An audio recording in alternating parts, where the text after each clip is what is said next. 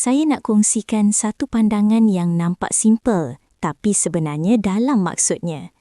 Baru-baru ini, Anzalna Nasir ada luahkan sesuatu di media sosial tentang isu sombong yang sering dikaitkan dengan artis. Dia perasan, kebelakangan ini ramai suka label selebriti sebagai sombong. Tapi bagi dia, sikap itu bukan milik artis saja. Sesiapa pun boleh jadi begitu. Bila dengar ayat dia, memang ada betulnya.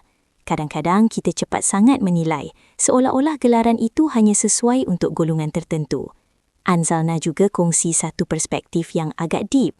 Katanya, kalau rasa diri sudah cukup hebat, hakikatnya akan sentiasa ada orang lain yang lebih daripada kita. Lebih kaya, lebih cantik, lebih bijak.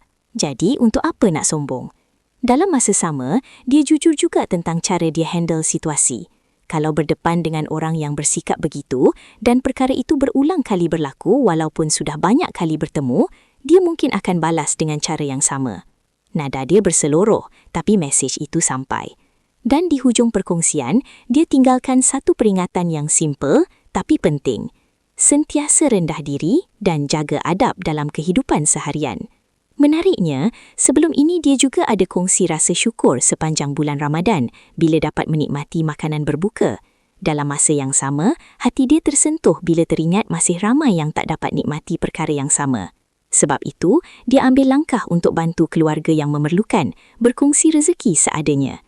Perkongsian itu buat ramai kagum sebab bukan sekadar bercakap tapi terus buat.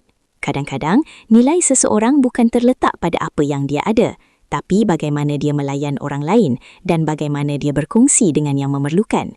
Apa pendapat korang? Betul ke sikap sombong itu sebenarnya tak kenal siapa? Terima kasih kerana menonton Chua Viral TV. Jangan lupa like, komen dan subscribe untuk terus dapatkan update terkini tentang dunia hiburan Malaysia. Jumpa lagi di video seterusnya. Stay tuned untuk lebih banyak kisah sensasi.